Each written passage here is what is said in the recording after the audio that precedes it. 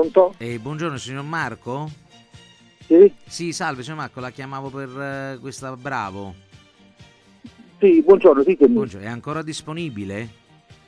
Sì, la macchina è ancora disponibile anche Anche? se l'hanno vista, sono venuto a vedere molte persone. Ah, ho capito. È perché si sono venute parecchie persone, perché non l'hanno venuta ancora?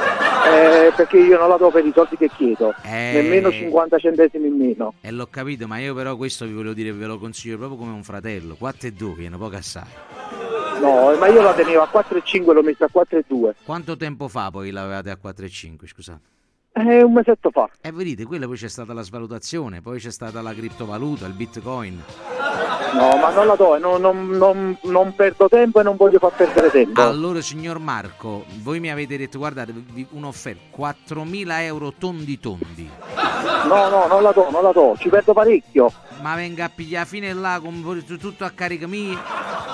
4.000. Poi venite a vedere la macchina, poi dite Marco, tenevi ragione. Marco, io vengo con 4.000 euro rinda sacca, poi ti metterò pure un collanato e mi piglia e mi porto pure. Però mi devi dire da adesso che guarda Avellino non è vicinissima. Io già c'ho funghi e benzina, ma non è un problema tuo, lo so.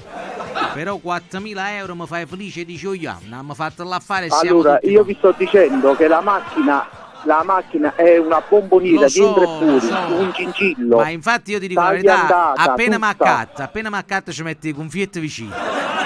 No, non vi voglio far perdere tempo. Marco, sei sicuro che lo che dici?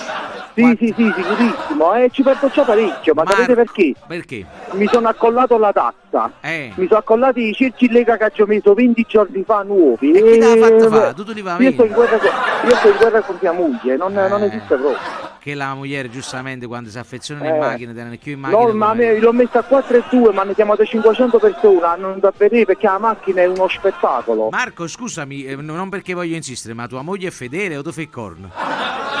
No, è fedele. Vabbè, perché sai con me si affeziona così assai a sta macchina. Vabbè Marco, ci pensi? Non è il fatto che si affeziona la macchina. Marco, ma tu sei sicuro che è fedele, sicuro? Sì, è fedele. Vabbè. No, perché vorrei essere, guarda, non perché te lo voglio dire per un fatto di esperienza, secondo me tu sei più guaglione di me. Quanti anni tieni, Marco? Quasi 50. Io ne tengo 69. Allora, guarda, io ti voglio dire pure tutti e 4,2, però tu mi hai rispondere, moglie te è fedele. Come non è fedele? Scusa, vostra moglie è fedele. Pure io pensavo, però Marco, tu devi guardare un po' la castagna. Secondo me tua moglie, te lo dico perché questa affezione per questa macchina è strana. No, non è che affeziona la macchina, affeziona i soldi che ci ho portato a questa macchina io. Lo so, ma fammi capire una cosa, ma tua moglie esce anche da sola certe volte? No, scusa mamma, parla della macchina, io moglie, ma non ci capito. No, la macchina, scusami, me lo dicevo perché da uomo a uomo. Ma non ci capito, Marco, ma a San Valentino... Moglie esce da sola, ti fai corne, vacolati, scusa. No, voglio sapere, a San Valentino è uscita con te? Ma che ne vuoi fare tu? Ma stai buono da capo, no? Marco, ma che io ti sto facendo delle domande così, giusto per dire? Pensi sta buono, fa una cosa, va per moglie che sta facendo? Ma la mattina va a fare la spesa? Sì, insieme a tua moglie va. Ah, allora sono amiche. Marco, guarda da moglie, credimi, te lo dico con il cuore, guarda da moglie. Vabbè, tu guardi da storia. Un abbraccio forte. State bene.